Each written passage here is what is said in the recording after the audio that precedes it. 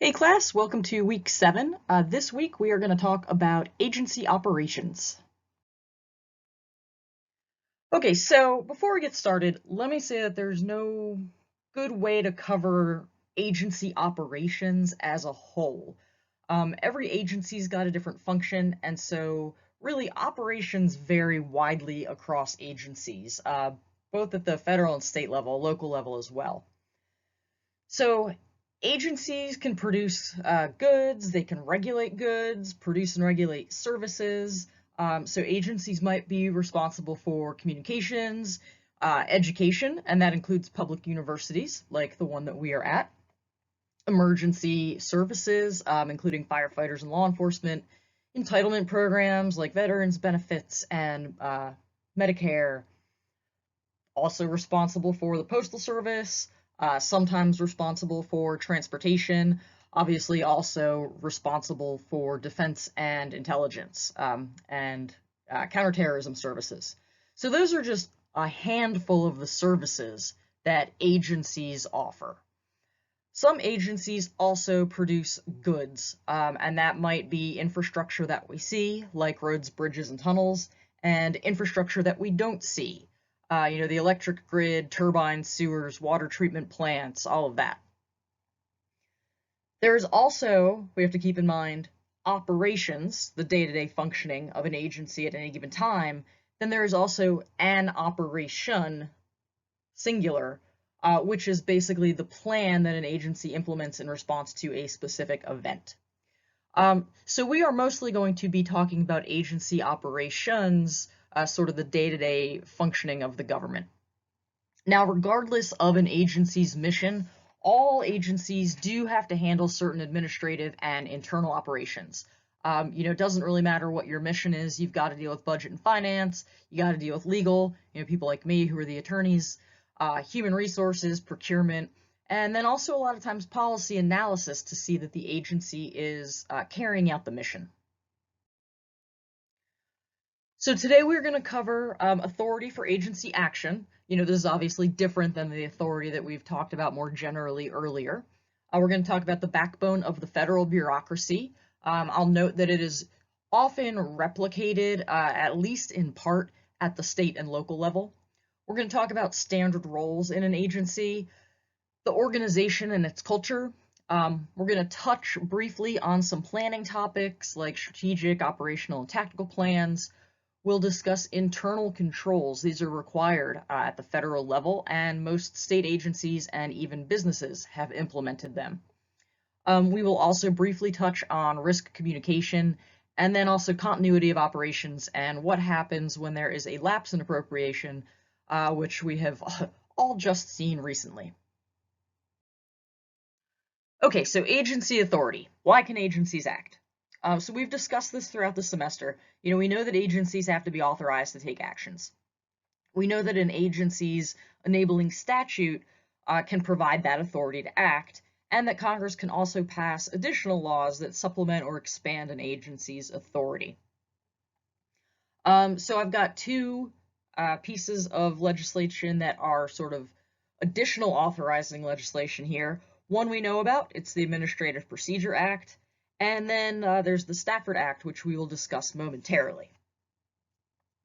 In addition, there's annual appropriations legislation that can reduce or increase an agency's authority to act simply by increasing or decreasing their budget, so they only have a certain amount of funds. And then authority to act also comes from their own regulations. So once they're created by statute, agencies promulgate their own regulations, and those regulations govern not just the regulated parties, but also the agency, because the agency has to follow its regulations. It also has to follow any written policies or procedures that it has. Those might include standard operating procedures, administrative plans, succession plans, or any type of specialized plan that's based on the agency's functions. Also, federal laws, and we'll hear about this with the Stafford Act, can require state and local agencies to adopt certain plans that authorize action. So for example, federal emergency preparedness laws require emergency operations plans. at state and local levels. And these plans basically assign responsibility for carrying out specific activities. These are beyond routine actions, so this is always for emergency response. The plans provide lines of authority and shows how the relationships and all the actions will be coordinated, describes how to protect people and property, and sometimes that's really specific. There are specific ways that the government's got to protect unaccompanied minors, individuals with disabilities, individuals with limited English proficiency, stuff like that. And then those plans have to basically identify all of the people and things, all the resources that are available within the jurisdiction or that they can get from a cooperating jurisdiction in order to respond to an emergency. So these emergency operations plans, they've got to be flexible so that agencies can use them to act in a variety of different emergencies. They also have to have what they call a promulgation document, and that actually gives the legal authority to the plan. So much like regulations are promulgated by agencies, a chief executive, usually governor or mayor, has to actually go ahead and promulgate these emergency ops plans. So those are some of the reasons why agencies can act and have the authority to act. But wait, there's more. So I've got a list here of some federal laws that impact federal agency operations. Now this is just the list that came to mind, so it is not an exhaustive list. I have not covered them all. Okay, going through the list, we've already talked about the Administrative Procedure Act. We're going to talk about the Anti-Deficiency Act towards the end of this lecture. But then there's a whole host of other laws. The Hatch Act has been in the news kind of since the start of the Trump administration, more than it usually is. The Hatch Act basically prohibits most federal branch employees from engaging in political activity and activity that's designed to sort of help out a particular business. There are laws that require the federal government to prioritize American businesses. So for instance, Buy America and Fly America. And federal contractors also have to follow these laws. So if you are traveling overseas for work and you work for the US government or you're one of its contractors, that is why you are stuck flying United, American, or Delta. Basically, unless those operators do not follow a particular route that you need. There's also the Freedom of Information Act, FOIA. We'll discuss that next week.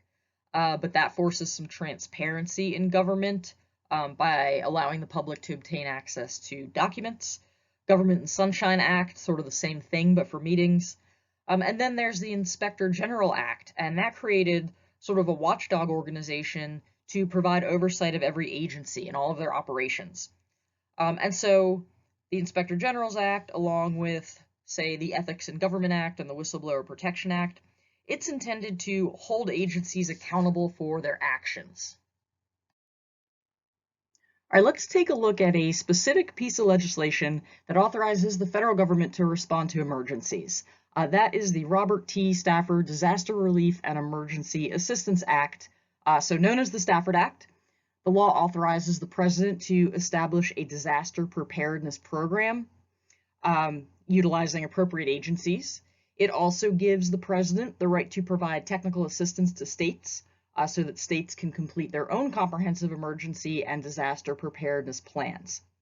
So the Stafford Act contains 7 titles, or it did as a public law. It's now 5 titles with 2 subtitles. And these are all devoted to emergency and disaster preparedness, mitigation assistance, and emergency response. In addition to authorizing the president to create disaster preparedness programs, the Stafford Act also creates the process for declaring an emergency. It requires disaster warning systems to alert the public. It creates an interagency task force, including local and nonprofit organizations like the Red Cross. And it requires states to create their own mitigation plans to lessen the impact of a disaster on public health, infrastructure, and the economy of any particular community. So Title 3, well, here you can see the 7-ish titles. So it's actually now 5, and 2 of those are subtitles. Title III, that is Major Disaster and Emergency Assistance Administration. Title III requires the president, upon declaring a major disaster or emergency, to appoint a federal coordinating officer to help the affected area. And this coordinating officer helps make initial appraisals of the types of relief that are most needed, also establishes field offices, and coordinates administration of relief among state agencies, local agencies, and nonprofits. Under Title III, the president's got to form an emergency support team or teams. These have to be staffed with federal personnel to help the federal coordinating officer carry out his or her responsibilities and assist efforts in affected communities. Title III also sets forth the requirements of mitigation plans. So for instance, all local and also tribal governments have to describe the actions they will take to mitigate hazards and risks that they've identified under their plan. And so basically establish a strategy to mitigate those risks.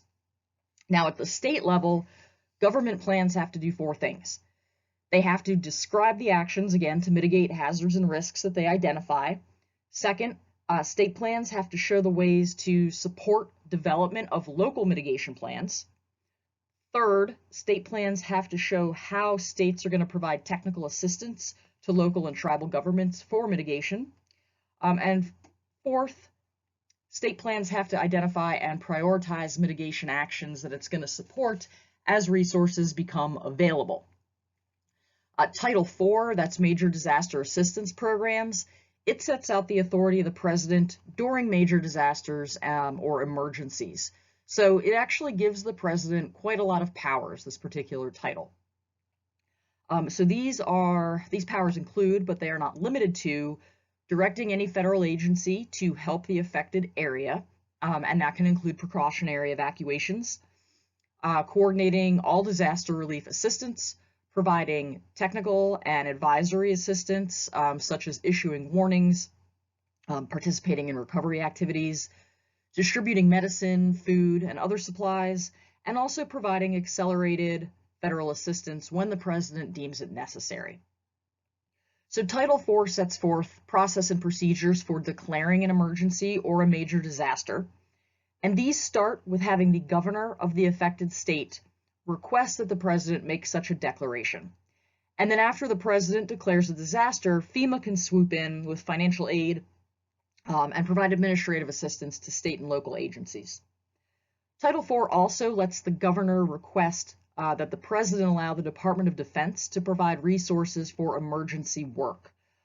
So this is work that can only be, that's got a 10-day limit, and emergency work in this case is basically defined as clearing and removing debris or wreckage and temporarily restoring essential public facilities and services. The reason there's a 10-day limit on this is because the military is not supposed to take action on U.S. soil. So the military is really only supposed to act outside of the U.S. borders. National Guard can obviously act within our borders, but sometimes we need the Department of Defense's resources and coordinating abilities, and so Title IV allows it for a short term. Title IV also provides a framework for a lot of essential government functions during an emergency, and that includes legal services, which a lot of people don't think of as an essential government function in an emergency, but legal services, relocation assistance, distribution of food, or I guess coupons so that you can get food, and also unemployment assistance. Title V, well, it was Title V, now it is 4A, is Emergency Assistance Programs. And this explains the process that states have to follow, again, to get the president to declare an emergency. So every request has got to come, like I said, from a governor of the state. The governor's got to deem the situation like beyond the potential for the state to manage.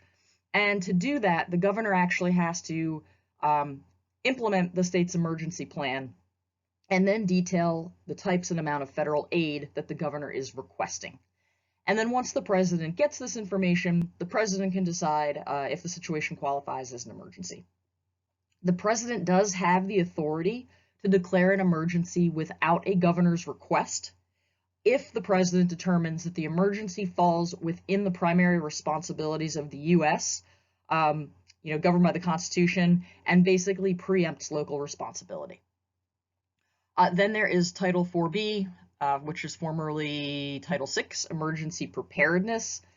It explains the measures that have to be undertaken to prepare for anticipated hazards. So that would be creating operational plans, recruiting and training personnel, conducting research, stockpiling any necessary materials or supplies, creating suitable warning systems, and constructing shelters. So during a hazard, governments are expected to evacuate personnel to shelter areas. Government personnel are expected also to control traffic, make sure that people aren't panicking unnecessarily, control the use of civil communications so that we don't have a breakdown in the ability to communicate via phone. And then after a hazard has occurred, governments have to provide services like firefighting, rescue, and then emergency medical health and sanitation services, as well as removing debris and then repairing or restoring essential facilities. This title also sets out the authority and the responsibilities of the FEMA director. So the director should prepare and direct federal plans and programs for U.S. emergency preparedness, delegate emergency responsibilities to various federal agencies, as well as state and local agencies, conduct research into issues like shelter design and how to effectively design facilities in a way that will allow them to withstand disasters. Additionally, there's got to be research and acknowledgement about the needs of individuals who have pets and service animals during an emergency. The FEMA director's got to provide training and emergency preparedness officials, supply those to organizations that need to participate in any type of emergency or disaster relief, and otherwise oversee the development of emergency preparedness compacts.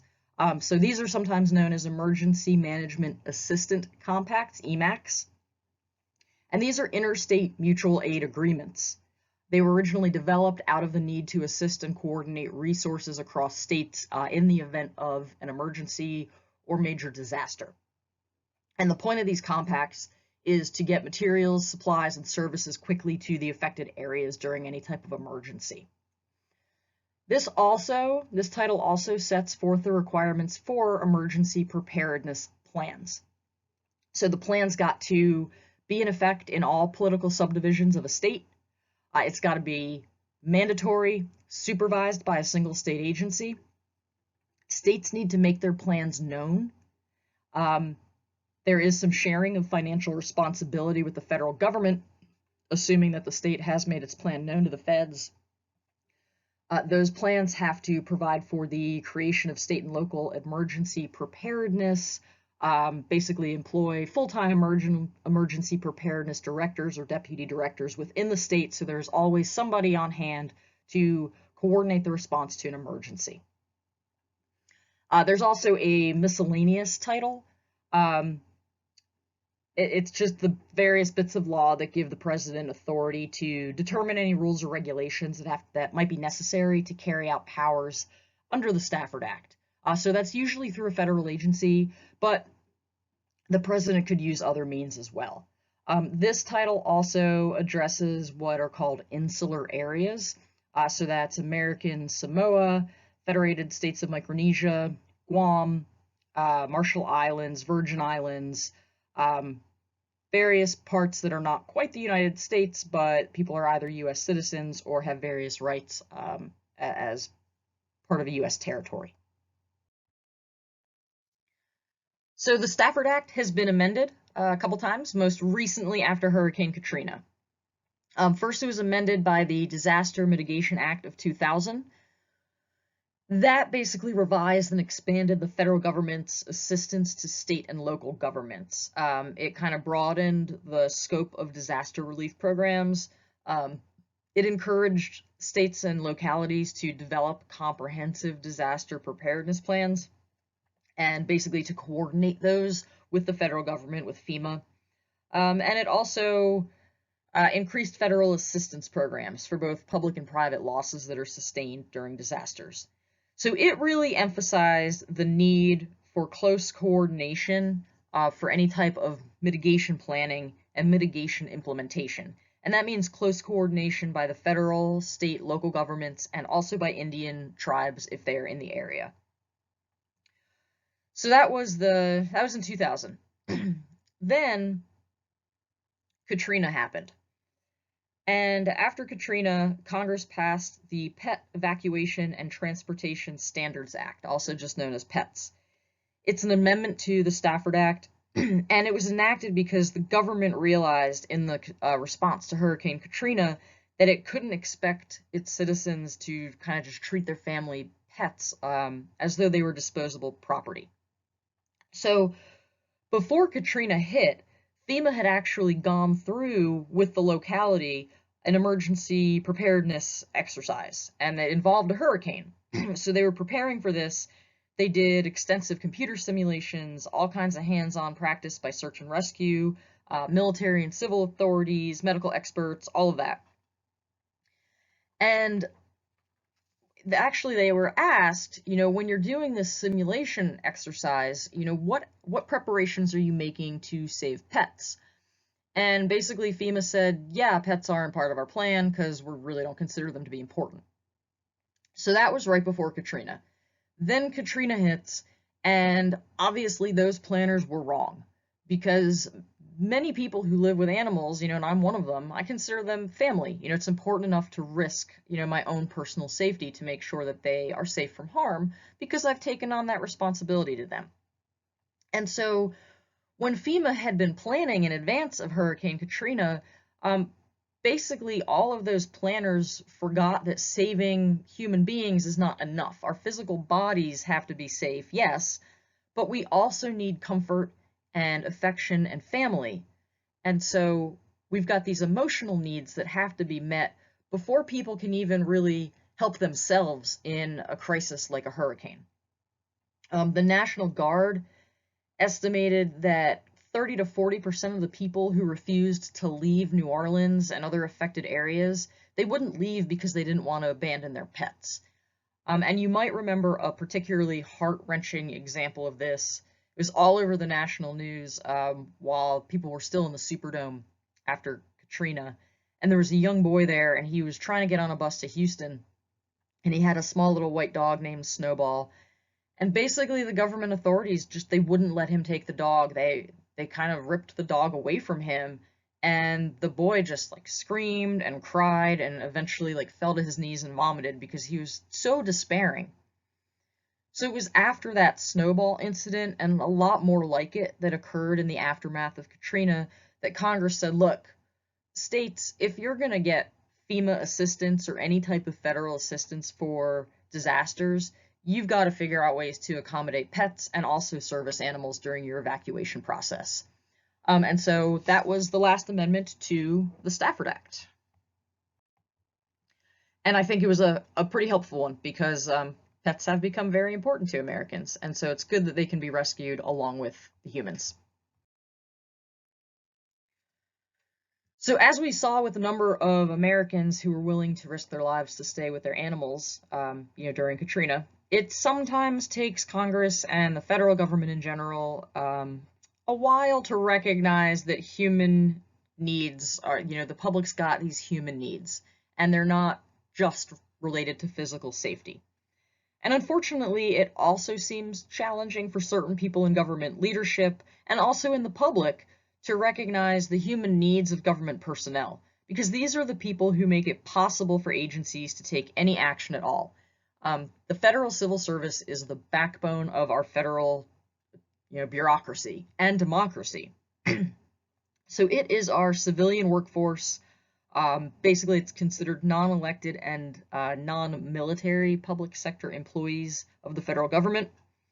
It was established back in 1871, and that's because the government used to have sort of a spoils system where a variety of positions within the federal government were kind of given out as political favors. So they were used to support American political parties, which wasn't really helpful for the American public. So we had, in 1883, the Pendleton Civil Service Reform Act basically changed our civil service system over to a merit-based system, No more political favors, all based on merit. And so the Pendleton Act created the U.S. Civil Service Commission, and that was tasked with administering the civil service. Basically, making sure that there were merit basis, competitive exams, preventing elected officials from getting too involved in the hiring and firing of career personnel. And then back in '78, that commission was renamed, and we now call it the Office of Personnel Management. And OPM requires that federal employees and applicants for federal jobs get treated fairly and equitably. Basically, regardless of political affiliation, race, color, religion, national origin, all of that, make sure that the federal government treats its employees and applicants for employment with respect for their privacy and constitutional rights. And although this is not required at the state level, a lot of state and local governments have pretty comparable civil service systems that are modeled on the federal civil service.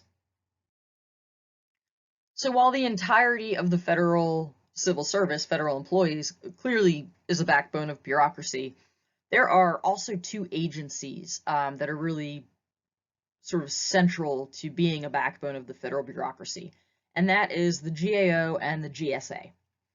So the GAO is the Government Accountability Office. It was previously known as the Government Accounting Office.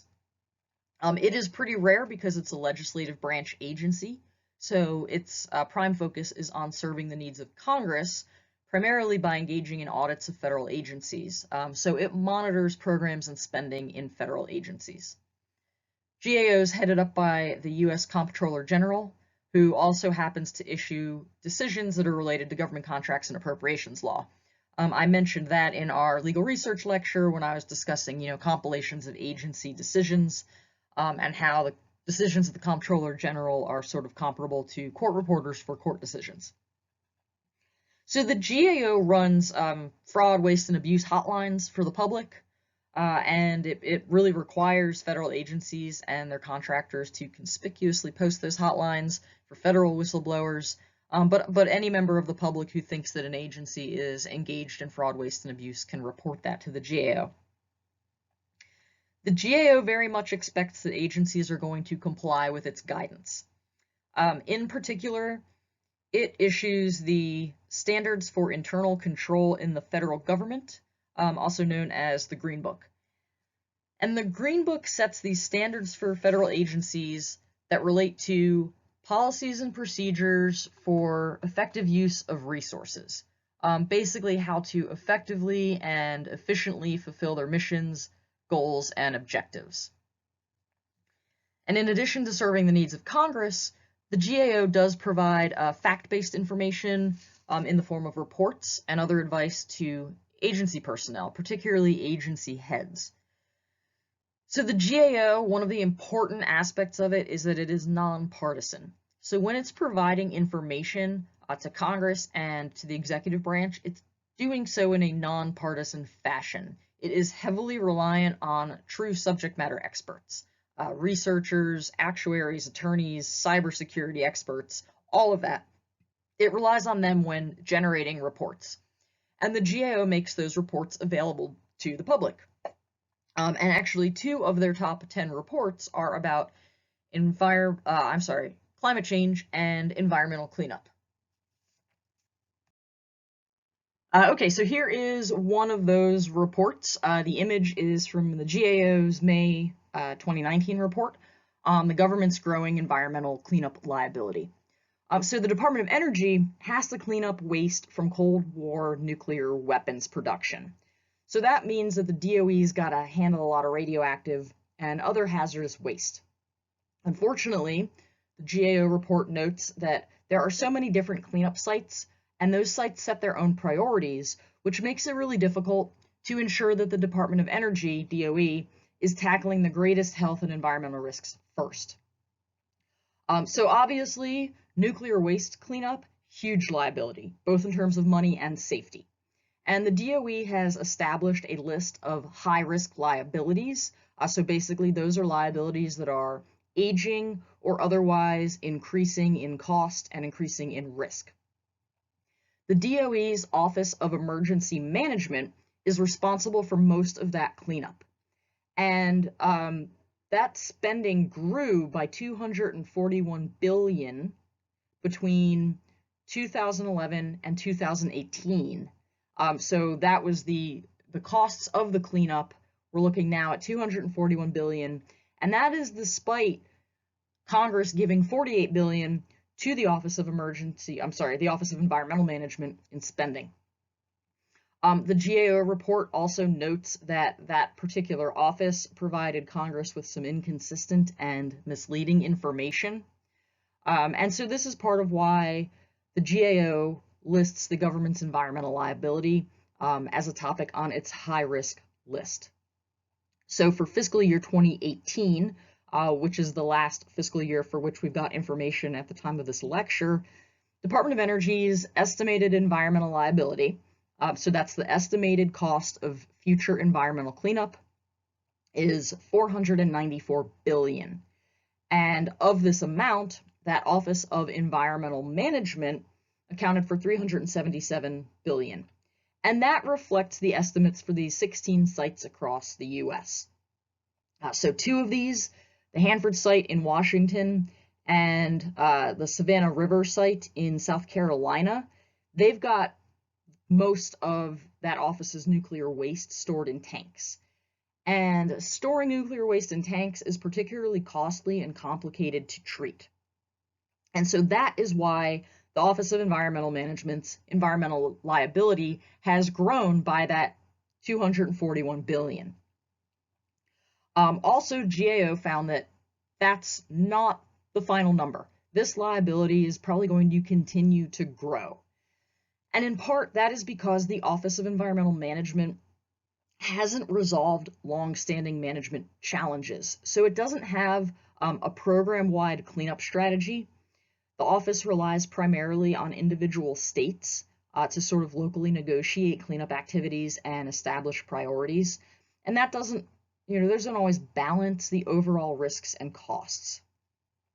Again, the Office of Environmental Management, it's not been consistent in reporting to Congress about its cleanup efforts, which is required by law. And like I said, some of the information that the office has reported has been incomplete or inaccurate. So the GAO has really reported on a wide range of challenges facing the Office of Environmental Management, and those are both management challenges plus the office's increasing environmental liability. So you can pull that report and take a look if you'd like. The other agency that makes up the backbone of our bureaucracy is the General Services Administration, GSA. So GSA is basically responsible for centralizing and consolidating all administrative services across the federal government. It was founded because there was this void in management and delivery of administrative services, and so the government was not running very efficiently because each agency was duplicating all of these same services. When the Obama administration left office, so GSA always has to give an outgoing report.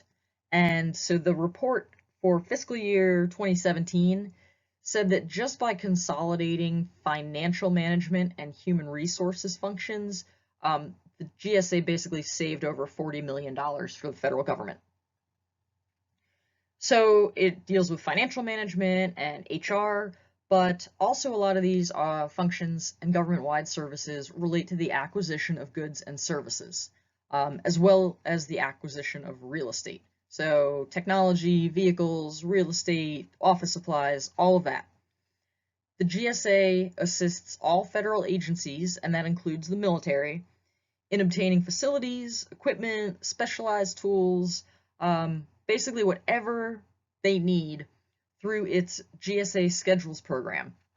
That's also known as Federal Supply Schedules. And these are long-term government-wide contracts with commercial firms where basically the feds, but also state and local governments, they've got access to all these commercial products and services, but the federal government has negotiated a volume discount price. So GSA schedules actually have a ton of benefits. streamlined procedures so you can get things faster, just improves your acquisition speed. Basically allows agencies to fulfill some socioeconomic goals by having access to small businesses. So agencies can specifically purchase goods and services from those small businesses. Provides automatic compliance with the federal acquisition regulations, which is very important for agencies. Basically says, look, these are pre-qualified people to buy from. We've already pre-negotiated pricing, so just have at it. You've got access to all of these regular supplies and services, as well as emerging technologies and innovative solutions. So in addition to basically acting like the Amazon.com of the federal government, the GSA also auctions off surplus government property. Sometimes that can get pretty swanky, items that they seize in some major criminal raids. Also, it runs a variety of government websites that supply the American public with key information. So that's basically what the GSA does. And a lot of states have agencies that are fairly similar to the GSA that kind of just run centralized services throughout the executive branch. So for instance, here is USA.gov, one of the websites that GSA runs. And from this website, you can find information on topics like disability services, what to do in disasters and emergencies and how to prepare for them. You can find out all about government agencies, your elected officials, a variety of laws and legal issues, unemployment benefits, jobs with the federal government, what to do if you're a small business, how to get a grant or a loan, travel, immigration, housing, all of that. I mean, it's basically just a website that creates a portal into the federal government so that we, the American public, have access to the information that our taxes pay for. Here is GSA Advantage, the GSA Advantage website. This is basically Amazon.com for the feds. You can see there's a huge catalog. It contains just a wide variety of categories of goods and services. You don't have to have any type of special credentials to actually see what it's offering, so if you're interested, go check out the GSA Advantage website. GSA also runs auctions, kind of the federal equivalent of eBay. Right now, some items available at auction include a dump truck, office furniture for a mere $10, a bunch of drums, an upright piano, and a jet. So you can see that the government auctions off quite a number of different items. GSA also used to have a really fun Pinterest page. Unfortunately, the Trump administration seems to have taken that down, I guess as part of an effort to destroy fun in my lectures. So in order to hold bureaucracies accountable, both the legislative and executive branches provide oversight of agencies. So we've talked a little bit about this. So on the executive side, there is the Office of Personnel Management, or OPM, and it really functions as the chief human resources agency for the federal government. So it directs HR and employment management services, it administers retirement benefits, healthcare and insurance programs, it oversees merit-based hiring into the civil service, and provides a secure employment process, so throughout the civil service. On the legislative side, we've got the House Committee on Oversight and Reform, as well as its Subcommittee on Government Operations. And together, they've got incredibly vast jurisdiction for their oversight functions. So that includes the whole federal civil service, as well as the municipal affairs of Washington, D.C., which I must say is widely detested by the residents of Washington, D.C. Also, there's oversight of the Postal Service, the U.S. Census, 2020 is a census year, and a variety of intergovernmental relationships. Then additionally, every federal agency has an Office of Inspector General. That office, the OIGs, also provide oversight functions. OIGs sit outside of their primary agency structure, and they're intended to act as independent watchdogs. So the GAO Green Book, it notes that operational success of agencies is dependent on having the right people and then giving those people the right training, the right tools, the right structure, and the right incentives.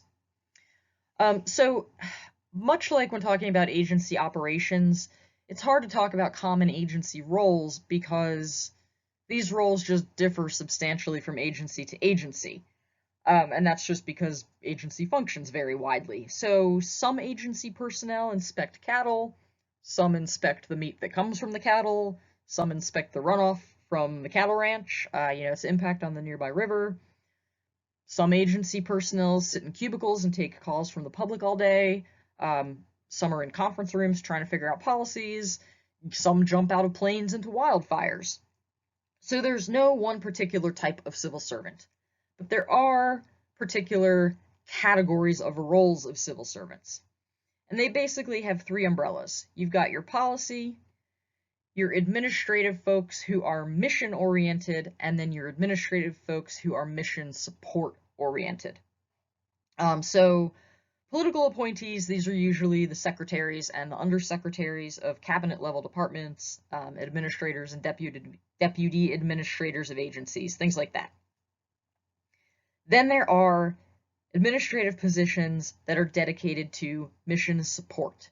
And these are like the legal office, Office of Civil Rights, procurement office, let's see, also communications office, sometimes known as strategic communications or STRATCOM, HR, public affairs, legislative affairs offices, and then of course the hearings and appeals offices for agency adjudications, which we learned about not too long ago. So mission support is pretty similar from agency to agency across the government, and also at the state and local levels. It's at the mission level that roles just diverge wildly. So really the best that I can say is that at the mission level, many federal agencies are broken down by regions and divisions. Each of those have their own director, and they just oversee a really wide variety of frontline personnel, and also intergovernmental engagement and operations. Okay, so as an example, here is a look at just the overall structure of the Department of Homeland Security. It's got all the various agencies that wind up inside of DHS, some of which are mission support. You can see there towards the upper right, Office of General Counsel, Legislative Affairs, Public Affairs. Those are for supporting the mission. And then you've actually got the ones carrying out the mission, like TSA, Coast Guard, FEMA, those ones along the bottom line there. So some of these agencies are run on a command and control model, and then some of them are run on a collaborative model. So here is the org chart for the TSA, Transportation Security Administration. This is one of the command and control agencies. And if you look at this chart, you'll kind of see that really is command and control, strict hierarchical reporting. And we're going to talk about organizational culture in a moment, and you'll see that, when you think about TSA, there's some pretty obvious drawbacks of command and control. So then we've got FEMA, on the other hand. It is a DHS agency that's got a more collaborative approach, in part just because it has to. It's got to coordinate with so many agencies and satisfy a lot of different stakeholders. And really, if you think about it, FEMA's got to do this in times of extreme emergency. So that is really like a Herculean task. So if we take a closer look at FEMA's org chart, you'll see that there's the administrator. The administrator leads the agency and then directly supervises the Office of the Administrator, Mission Support, Fire Administration, and then Offices of Resilience and Response and Recovery. Additionally, the Legal Office and their Office of Faith-Based Initiatives also report directly into the Administrator of FEMA. So the Office of the Administrator has a lot of the mission support. So Disability Office, Civil Rights Office, External Affairs, Chief Financial Office, Office of the National Capital Region Coordination, which, if you happen to live in the DC metro area, has a direct impact on us here. There's more mission support, in terms of IT, procurement, HR, and security. And then there are the actual mission operations. So you've got the Resilience Division, which does national continuity problems, insurance and mitigation, national preparedness, and grants programs. And then another mission operation, response and recovery. In addition to both response and recovery, it's got field operations and logistics management. So you can see that FEMA's org chart is a lot more complex than the TSA's org chart, and while there is a hierarchy, there's a lot more collaboration. So FEMA's org chart actually does a pretty good job of providing an overview of FEMA operations. Obviously, FEMA's primary purpose is to coordinate responses to disasters, particularly when those disasters overwhelm state and local authorities. And it does that through the National Response Coordination Center. But in addition to that, as part of its mission, FEMA provides training to response personnel throughout the U.S. and throughout its territories, and it does that to help mitigate future disasters. And FEMA really encourages communities to send elected and appointed officials, along with all their emergency managers, to the training center for integrated emergency management courses. So they'll do simulations, they'll do classroom instruction, and basically this is all aimed at developing these collaborative skills and an understanding of what's needed technically for recovery and for mitigation following hurricanes and other disasters. So as one of our readings this week noted, FEMA's got to act collaboratively across the federal government and also vertically between governments. So not only is coordination a must during an emergency response, but FEMA's got to collaborate because it just doesn't have all of the authority and the resources that it needs to protect life and property all on its own. So collaboration is key, but it's also really challenging in emergency management, more so than in other areas of the government. And in part that's because issues of federal government jurisdiction kind of loom large over state and local operations, but also just because emergencies by their very nature are high stress. They're periods of intense emotion, and in those times, people tend to crave hierarchy and command and control. And so that's why FEMA has to do a good job of blending sort of command and control with a more collaborative approach. I also want to note that problems of collaboration arise on both sides of a federal, non-federal relationship. You know, a lot of times we think of it as sort of these obnoxious federal employees coming in and stomping all over the rights and dignities of the local jurisdiction. That's what we see on TV, you know, and at times it's certainly true. But other times, it's the state or local officials who are slow to kind of get the ball rolling on a collaborative process. And usually it is a state or local partner that has to kick off any type of emergency response, because FEMA doesn't have the authority to do it all on its own. It can't just trample state and local rights. And so sometimes it's actually the federal officials who will get frustrated because they can see an oncoming catastrophe, but they can't act because they can't basically take over state and local resources. So that problem of collaboration, it does happen on both sides of the relationship. Now, organizational culture has a huge impact on an agency's ability to collaborate and to coordinate effectively. So performance culture is kind of now seen as a gold standard, although it's also pretty lacking in a lot of government agencies, unfortunately. So put simply, performance culture is one in which employees are committed to achieving the organizational goals. There's a lot of employee buy-in and a desire to see the organization thrive. So performance culture, it can be created within agencies. It needs basically strategies and processes to foster engagement and collaboration, and also diversity, because a diverse workforce that reflects the diversity of America is really helpful in encouraging collaboration and coordination. It also needs, you know, decent work-life balance, an efficient and effective relationship between management and frontline personnel. You know, it's like a true partnership that's really focused on ways of building and maintaining efficient, effective operations. So a big benefit of performance culture is that there's increased satisfaction across the board. So not just within the agency, but also throughout the whole stakeholder community. So you get these successful program actions, program activities, and outcomes.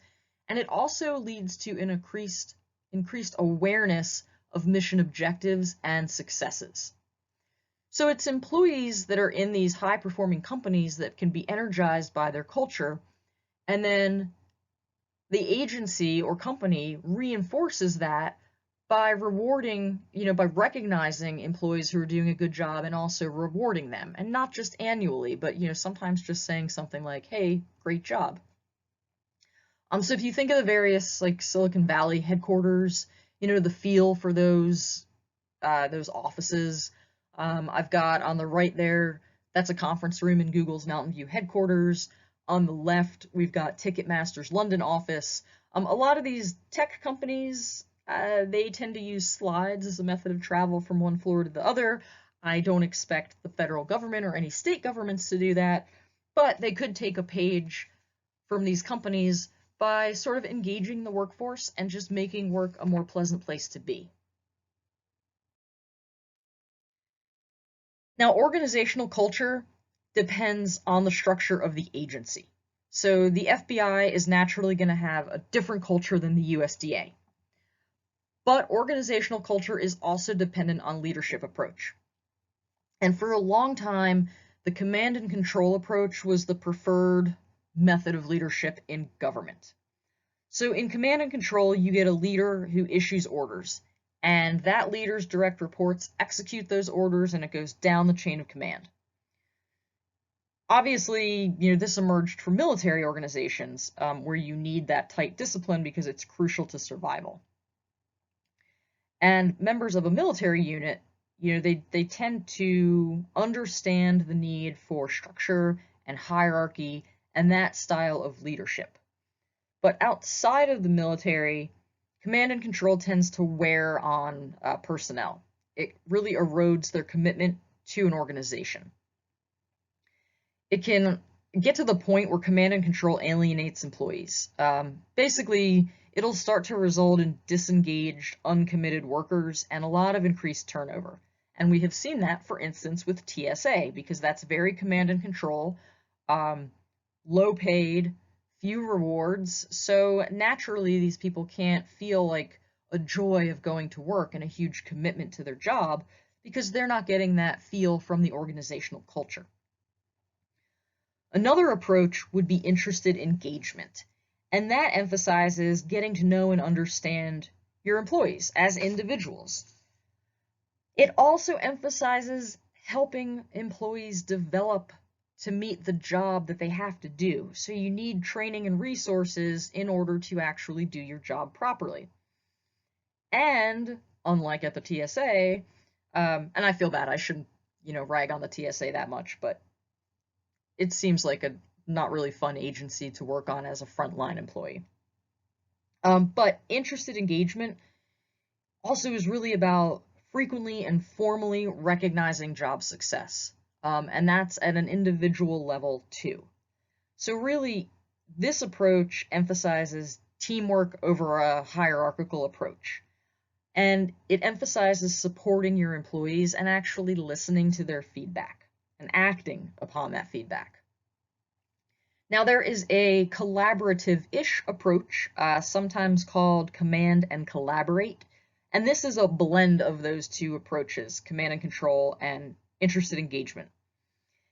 And in this command and collaborate approach, on a day-to-day basis, it is the interested engagement. Your leader, is inspiring, listens to team members, treats them as equals, listens to ideas. But then if there's an urgent situation, those managers can jump into a command and control structure. And they've already built trust and rapport with frontline personnel, so that command and control structure no longer feels so grating, assuming that the leaders and management are using it judiciously, because frontline personnel They understand that collaboration's the norm, and that's what they're going to return to, but first they've got to get through, whatever crisis the agency has to deal with. Organizational culture also depends on leadership and management. So both transformational, approaches and then transactional approaches. So leadership and management are not necessarily the same thing, although what we really hope for are people who can be leaders and managers at the same time, and the best ones usually are.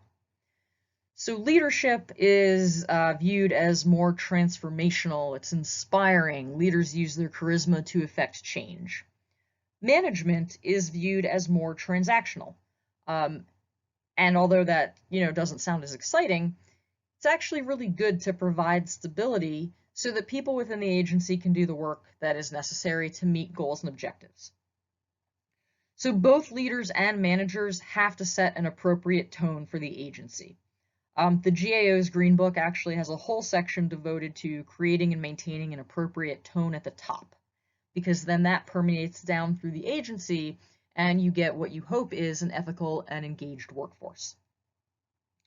I think a prime example of good tone at the top was in FEMA, actually. So James Lee Witt, he sort of reinvented FEMA as the administrator in the early 90s. And he started that process right away. On his very first day of work, he actually stood at the front door of headquarters, FEMA headquarters building in Washington, D.C., and he shook hands with all the employees as they arrived. That really kind of defined the values and the morale that he wanted to build. And basically, calm competence was the approach. And that really transformed FEMA into one of the best functioning agencies in the federal government. Now, things have changed tremendously since the early 1990s, but I think that approach of really engaging with your personnel and treating them with dignity as individuals really does, create an organizational culture that is more like a performance culture. Now, there are, of course, different ways to lead teams, and actually the way that you lead a team might change depending on, changed circumstances. But the right way to lead a team is the one that's going to work to achieve the goals of the organization, in an efficient, effective manner that is respectful of constitutional rights and human decency. So a lot of times we focus on leaders, but in both private practice and in government, managers are just as important. A good boss makes just a huge difference in employee engagement, and then that helps the organization meet its objectives. So once leaders are in place, they have to engage in strategic planning. In FEMA's world, strategic plans describe how a jurisdiction wants to meet its emergency management or homeland security responsibilities over the long term. And they're driven by, policy from above. So as the graphic shows, FEMA's strategic plan includes building a culture of preparedness, readying the nation for disasters, and reducing bureaucratic complexity so that it's easier to collaborate. Now, this isn't a planning lecture, so I'm not going to get into the aspects of strategic planning. I just want to note here that good strategic plans that can actually, that are possible within the realm of possibility and well communicated to agency personnel, they are crucial for good, efficient agency operations. So strategic planning is really important. Additionally, there are operational plans and tactical plans. So operational plans kind of provide a description of roles and responsibilities, whatever actions are required. And this is mainly for emergency management, but really all agencies can use this. So your operational plans, they really set forth goals, roles, responsibilities, focus on how to integrate activities within a jurisdiction, also consider how the private sector sort of integrates and coordinates in response to an emergency, and really just kind of focus on the broader time-related dimension of an operation. Tactical plans focus more on the nitty-gritty. exactly how you're going to carry out your operational response. So they're more defined, they focus on specific personnel, equipment, and resources. Basically everything that you would need in order to carry out an incident response. Change management is also an important part of any planning process, particularly at the strategic level, but change management can seep down to operational and tactical plans as well. Now, unfortunately, the federal government does not have great experience with large-scale organizational change, mostly because the bureaucracy developed over time. The last, real large-scale organizational change was the creation of the Department of Homeland Security, and that definitely suffered from numerous implementation problems and growing pains, let's say. So there just aren't a lot of federal employees out there with change management expertise. And that is not good, because good leaders need to hear from people with that expertise. But I guess that's what consultants are for. Culture change, it's important to realize, is a difficult and long-term process. There are no quick fixes, there's no specific strategy. You really have to create a framework for change. And that is what the National Performance Management Advisory Commission did. It created a framework that has been taken up by a lot of state and local governments to sort of help them with change management. And one of the important things is for agencies who want to go through a cultural change to understand how organizational culture can actually impede change. So agencies have to recognize this. There's often an entrenched organizational culture, and it, has a desire to keep the status quo because that's familiar. So agencies might have to reorganize to address that, or just, basically install new management systems, new management priorities. And change planning has absolutely got to include employee buy-in. That is essential, or the change isn't going to work. You're just going to get disappointing results.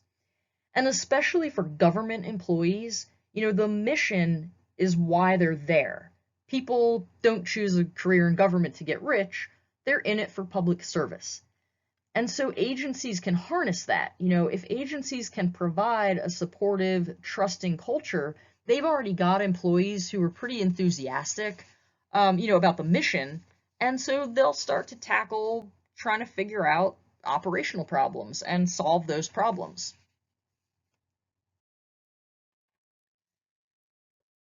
So here are some other planning strategies, again, designed specifically for emergency management, but they work for most agencies. There is scenario-based planning, where you start building a scenario for a specific hazard or threat, depending on your location and what your major risks are. Then you analyze the impact of that scenario to figure out what are the appropriate courses of action. So basically, you use a planning concept and you develop all of these assumptions, and then those assumptions lead you to developing a plan. There's also functional planning, which actually identifies common functions that have to be performed during an emergency. And then it basically says, hey, agencies, here, you're the ones responsible for performing this or that function or action, and you've also got to coordinate with each other. And then there is capabilities-based planning. And this is an approach that focuses on the capacity of an organization, an agency, or jurisdiction to take a certain course of action. This is where you ask, do I have the right mix of people, training, organization, plans, leadership, and facilities to carry out a required function? Some planners view the capability-based planning approach as kind of a combination of the first two, scenario and function-based, because it's really looking at both of those in a more holistic way. Separate but related is red teaming, which is a peer review process, and it is specifically designed to challenge assumptions and to identify weaknesses in an agency or in a plan. So red teaming is used by the US military, TSA, GAO, are nuclear agencies used by the FAA. It was actually specifically initiated after the 1988 Pan Am bombing over Lockerbie, Scotland. Unfortunately, I think the FAA overlooked its red team information prior to 9/11, and I don't say that jokingly. They actually did have a red team that planned this stuff out, and just unfortunately, part of it was overlooked. So agencies use red teams to view situations from another perspective. Often it's through the eyes of an adversary, a human adversary, like a terrorist cell, for instance. But red teaming requires that you've got agency personnel who can think critically, who are intellectually curious and creative, who have the right subject matter expertise, and who can drop their egos and embrace the possibility of being wrong. Because when you're throwing around ideas and being, devil's advocate, you're going to be wrong a lot of the time. And that also means that red teaming's got to have buy-in from management, because you don't want your red team personnel to worry that, picking apart a plan is going to have some type of a negative impact, on them at their next performance review or something like that. There is an extreme version of red teaming, and that is called the 10th man principle. So that was developed by Israel in the 1970s after the Yom Kippur War, which is also known as the Arab-Israeli War. That war was pretty much a spectacular failure of intelligence for the Israeli military. The Israelis actually knew that Egypt and Syria and a bunch of other Arab states were planning a war, but they were overconfident that an actual war was unlikely to break out. In part, they were overconfident because Egypt and Syria were putting out a lot of misinformation, and the Israeli military believed that, and they thought, well, there's not going to be a true alliance between the Arab nations. But there was, and Israel was almost wiped off the map. So after that, it revolutionized the approach to decision making. So Israel basically said, okay, from here on out, somebody is required to disagree with the rest of us and poke holes in our plans. And that's the 10th man, known as a loyal dissenter. Loyal because they've got the best interest of the agency and the public at heart, but a dissenter because they are required to play devil's advocate and be just generally contrarian. If you have seen World War Z, the movie, which I know a lot of people who love the book hated, but in any event, in that movie, Israel was prepared for the zombie apocalypse because of the 10th man principle. I've got the dialogue down there so you can read it if you'd like to. But basically, most of the Israeli government assumed in the movie that zombies was code for something else, but the 10th man decided that he was going to proceed on the understanding that zombies meant actual zombies, Walking Dead, and so prepared that way. So it's an extreme version of red teaming, but it is used by the Israeli military and many other organizations throughout the world. Okay, so along with leadership and appropriate types of planning, agencies have to establish internal controls for their operations. These are the controls that actually support the agency in carrying out its missions. So there's a federal law, the Federal Managers Financial Integrity Act. It requires the Comptroller General to issue standards for internal control. The resulting book, imaginatively titled Standards for Internal Control in the Federal Government, provides that overall framework so that agencies can establish and maintain effective internal control systems. So again, this goes by the name the Green Book, thankfully, so that we don't have to use the long and boring name. So internal controls are the plans, methods, policies, and procedures that are used to fulfill an agency's mission, strategic plan, goals, and other objectives. Basically, internal controls are the first line of defense in safeguarding agency resources and assets. So internal controls help managers, support the mission through effective stewardship of public resources. So the Green Book recognizes that, agencies want to achieve objectives, and then it sets forth these 5 components of internal controls and says, hey, agencies, this is what you've got to do to achieve your objectives. So it provides all these principles so that agencies can design and implement and operate effective internal control systems. And really, it focuses on effectiveness and efficiency in administrative operations. So not necessarily mission operations, but mission support.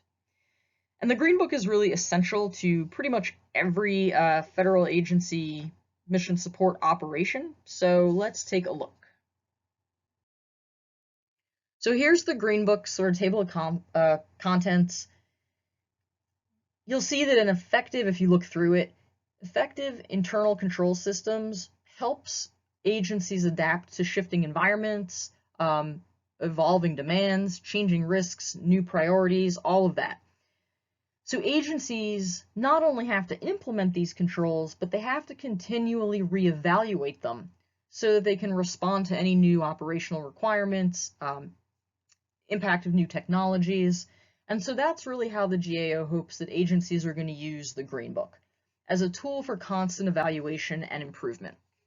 And so it contains, the control environment, commitment to integrity and ethics, oversight responsibility, commitment to competence and accountability. It requires risk assessments, so identifying, analyzing, and responding to risks, and also to change, because like I said earlier, change management is very important. Then it covers control activities, how you're going to respond to various risks and meet various objectives. And that covers a lot of documentation, policies and procedures, looks through your IT infrastructure, your security infrastructure, how you're procuring goods and services. Then moves on to information and communication, making sure that you are getting quality information. So agencies are using fact-based quality information to inform their decision making. And then that they communicate that information both internally to their personnel and externally to the public. And then monitoring. So like I said, there's got to be constant evaluation, reporting of what you have found during your evaluation, and then, if necessary, remediation. So who would use the Green Book? The GAO thinks that it's anybody who manages programs for federal, state, or local governments, or people who are conducting a performance audit or a financial audit, or anybody who's just responsible for making sure that personnel follow policies and procedures. A lot of state and local government agencies have completely adopted the Green Book. So it's not just a federal standard, it's actually being used by a whole bunch of different governmental organizations, and also by nonprofits and even by companies. So this and the next few slides are all from GAO. So this one's about internal control. What is it? You've got to identify your objective. Then you design your controls to meet that objective. You put those controls in place, and hopefully you achieve your objective. And internal controls help kind of just efficiently, effectively run agency operations. That includes complying with laws and regulations, and that also includes reporting out reliable information about agency operations to Congress, other agencies, the president, the courts, the public. So the Green Book creates this sort of Rubik's Cube of internal control organization, where they've got like levels of organizational structure, different components of internal control. The Rubik's Cube to me is more confusing than it needs to be, but it's important to understand those components of internal control, which is the control environment, so the environment you're working in, your risk assessment, what activities you put in place to control the environment, how you inform those activities and communicate them out, and then how you monitor them. So then each of these 5 components contain their own set of principles, and those are the requirements of each component. And then each principle has specific characteristics, which the GAO calls attributes, that explain the principles in greater detail. So you can think of it kind of like a set of Russian nesting dolls, maybe inside of the Rubik's Cube. So They've got internal controls, 17 different principles. You can see the categories here: control environment, risk assessment, control activities, information and communication, and then monitoring activities. The control environment component, that consists of 5 principles that are intended to demonstrate a government that is ethical, competent, and accountable for its actions. The risk assessment component, that's got 4 principles that are related to assessing and analyzing risks, as well as being responsive when conditions on the ground change. And then the other principles are about implementing the controls themselves, as well as communicating effectively about those controls and performing continual monitoring and evaluation to ensure that those internal controls are working as intended. So this is just a sample page from the GAO Green Book. This one is about that tone at the top, demonstrating commitment to integrity and ethical values. So anyhow, have a look at the Green Book if it interests you, or if you're responsible for doing any management in an agency, because it really is a helpful resource. Okay, so that is it for internal controls. I want to touch briefly on risk communication, just because it's a significant chunk of agency operations, especially for agencies that are responsible for the environment and emergency response. Because agencies who interact with the American public need to be aware of risk communication, which is defined as the exchange of real-time information, advice, and opinions between experts and people who are facing threats to their health and well-being, and that can be economic or social well-being. Good risk communication helps people make informed decisions on how to best protect themselves and their loved ones from a particular threat. Now, that might be an oncoming hurricane, it might be a potential terrorist attack, might be a disease epidemic. What's challenging about risk communication is that it really requires an in-depth understanding of what people are thinking, how they perceive their world, their concerns, their beliefs, and then also their knowledge of how the world works, how the government works, and what practices are available, like best practices, basically, for just living in our society. Risk communication also requires early identification of rumors and a way to manage those. Try to get out ahead of any misinformation and other challenges.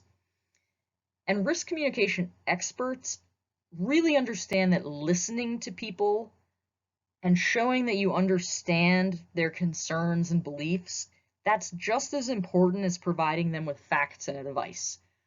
Sometimes it's even more important than providing facts and advice. So risk communication requires government agencies to gain the trust of a community or multiple communities. And that can be really difficult depending on the history of interactions.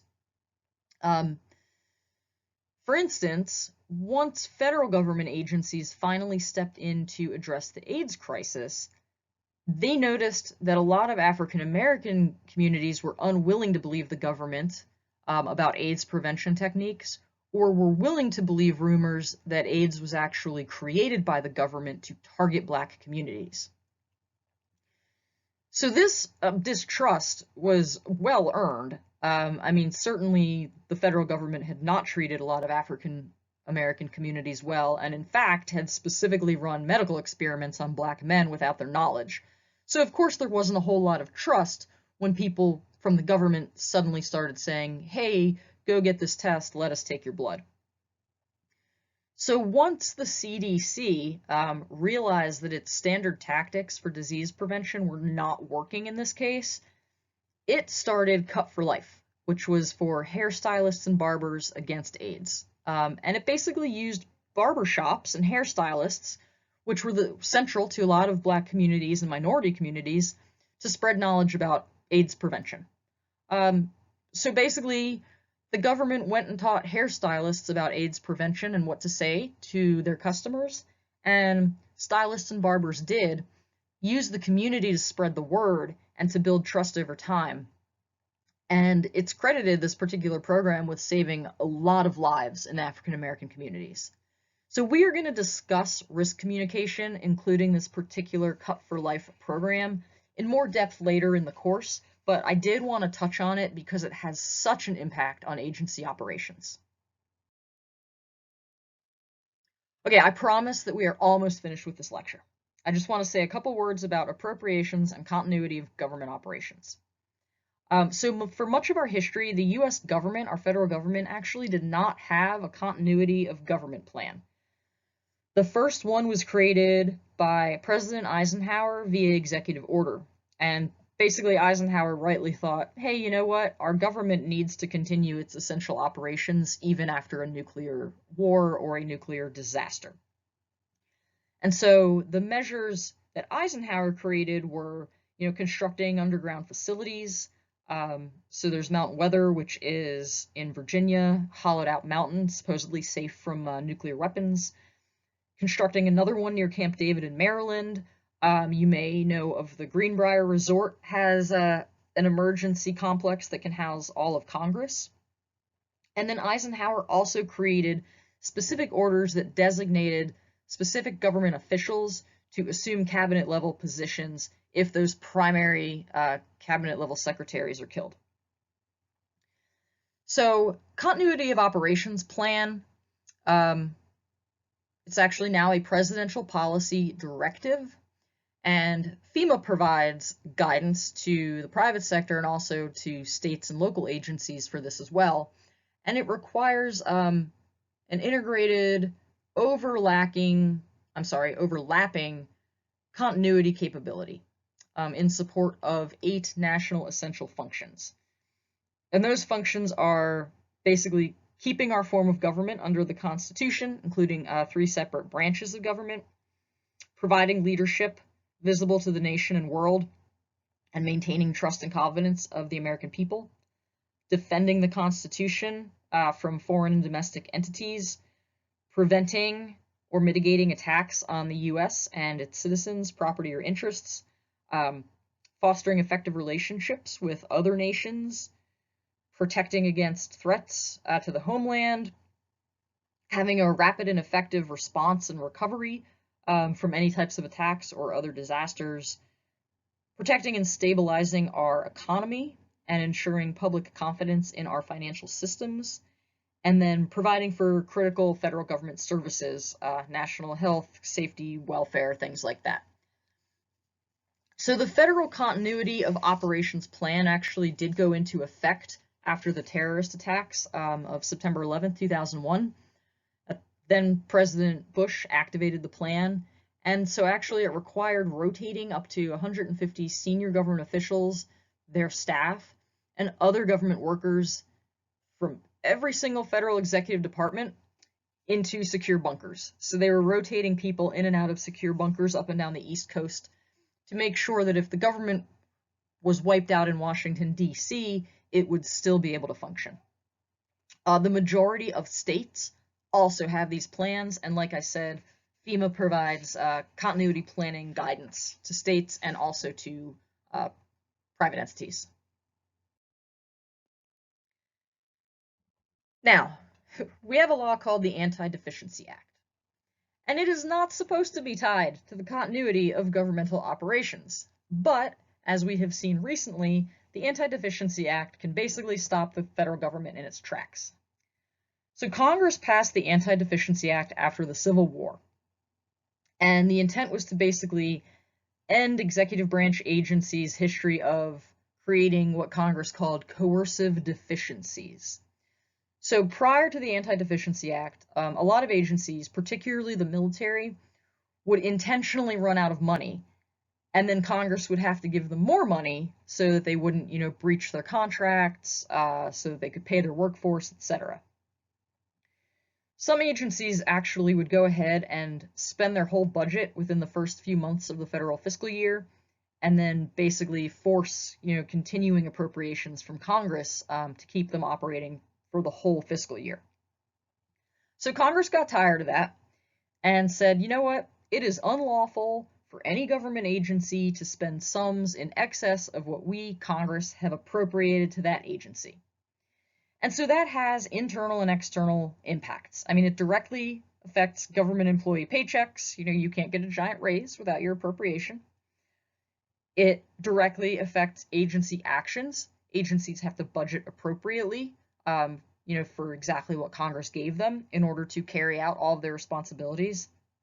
It also impacts government contractors. When agencies issue contracts or grants, those agreements are only funded for 1 year at a time. So a contract might be for 5 years total, but only that first year is guaranteed from the federal government. And the government agency can walk away if funds do not get appropriated for subsequent years.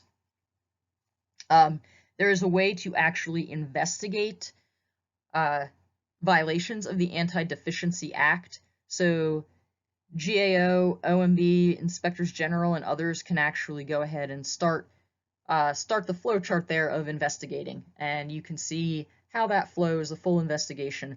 Now, the Anti-Deficiency Act does have criminal penalties, but they've never been used.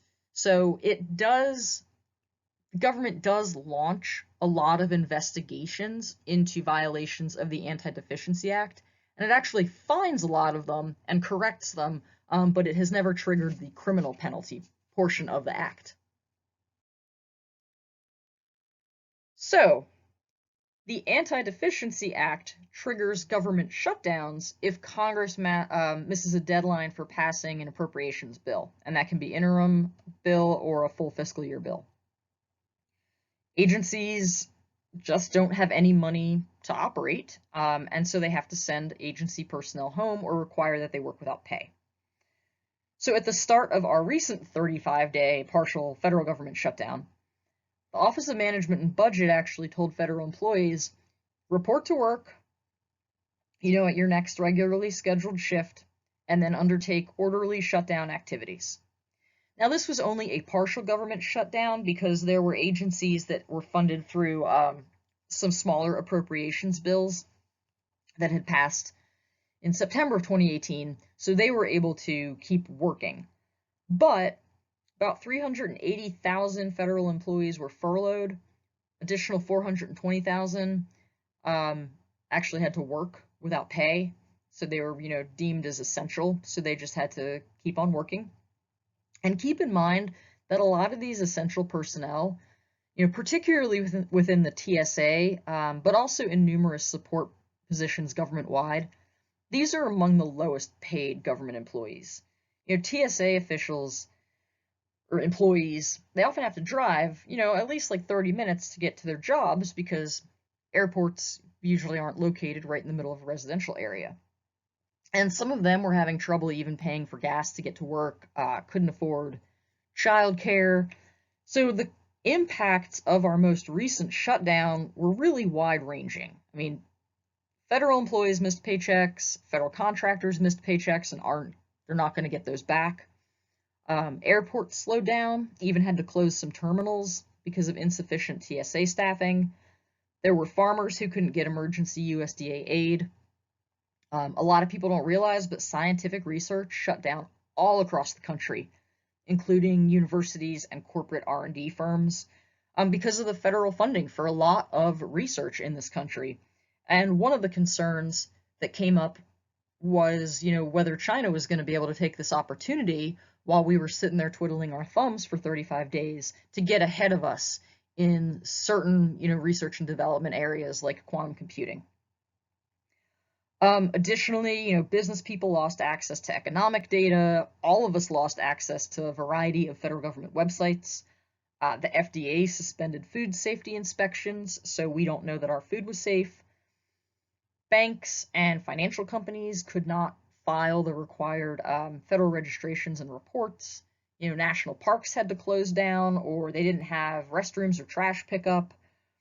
There were some Joshua trees, which are very vulnerable trees, at Joshua Tree National Park in California that actually were cut down by people who took advantage of the lack of park police and park rangers to go and illegally drive into areas where vehicles, aren't normally permitted, and they cut those down. So there was a lot of damage, and this was a partial government shutdown. The Congressional Budget Office says that it probably cost the U.S. economy about $11 billion overall. It cost Washington, D.C. $47 million because D.C. is dependent on appropriations. So the whole D.C. local government kind of had to shut down or really reduce services. So finally, the shutdown ended. OMB director issued a memo that directed federal employees to return to work and reopen offices in a prompt and orderly manner. And then also provided a government reopening checklist for, prioritizing activities, effectively managing the backlog of work, reestablishing budgetary control, and pretty importantly, supporting federal employee morale. So like I said, CBO figures the shutdown cost our economy about $11 billion. Fully 25% of those costs are not going to be recouped at all. This is either paying for work not done or lost revenues. And what we've learned from really all of the government shutdowns since the 1980s, although this was the most extreme, is that it's cheaper to keep the government running than it is to shut it down. All right, that is it for the week. You've got nothing due. If you haven't started reading a civil action, though, please start now. I might see you on the news item discussion boards, but otherwise there's no discussions due this week, no graded briefs or anything. So thank you for listening. Have a great week.